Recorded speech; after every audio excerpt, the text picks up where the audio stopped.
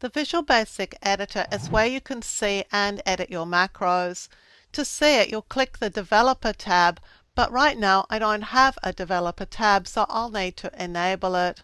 I'll choose File and then Options and then Customize Ribbon and check the Developer checkbox. As soon as you do that, the Developer tab will always appear on your ribbon. It's just that it's disabled by default. So we're going to click the Developer tab, and to open the Visual Basic Editor, I'll click Visual Basic. And this is the Visual Basic Editor. This is a special program that interfaces with Excel and which lets you create and edit and manage your macros. The workbook that you'll typically save your macros into is here. It's called personal.xlsb, and this here is the Project Explorer. If it's not visible, you can see it by choosing View and then Project Explorer.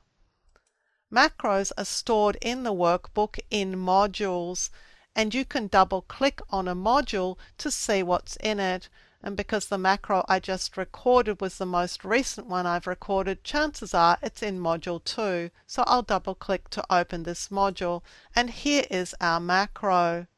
The code of our macro is quite complex. It doesn't need to be, but what's happened is that Excel has recorded everything that we've done. We've centered some text, we've changed a font, and then we've changed a font size, and then we've applied some colors to our cell and borders. This is all very detailed simply because Excel has recorded far more than what it really needs to know to perform the task. If you do more with macros in future, you'll learn that Excel's recorded macros are way more complex than they really need to be, and that those you write yourself can be much shorter and still do the same work. For example, a lot of the commands in this particular macro could be removed, and anyone familiar with the Visual Basic programming language could trim this down to only a few lines of code. However, at the end of the day, the macro would still do the same thing, so neatening it up won't make it perform any differently. For now, our macro works. It does what we asked it to do, so there's no real need to do anything to it. The Visual Basic Editor is useful for things other than viewing recorded macros. For example, if you find macro code on the web that you want to use, you can add it in here. To create a macro, you'll go outside any existing macro, so we need to be well below this one, and we would type sub and then the macro name.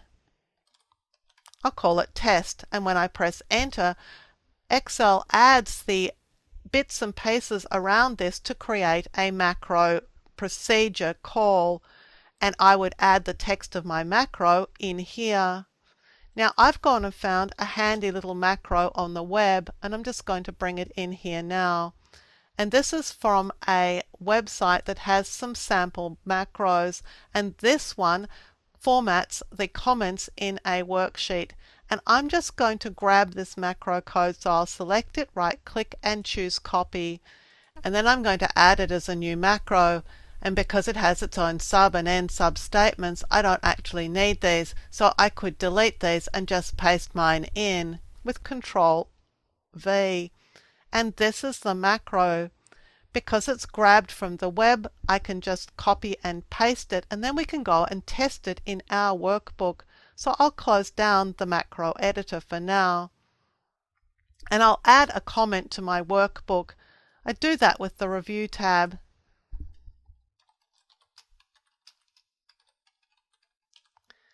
I'm typing the comment, and you can see that it's yellow with a green border. But look what happens after we run the macro that we just created. I'll click View and then Macros, View Macros. Here is the comments macro, and I'll click Run. And now when I hold my mouse over the macro, it's been formatted. Macros like this are handy to use, and you can find plenty on the web, and perhaps you'll have plenty to use in your place of business.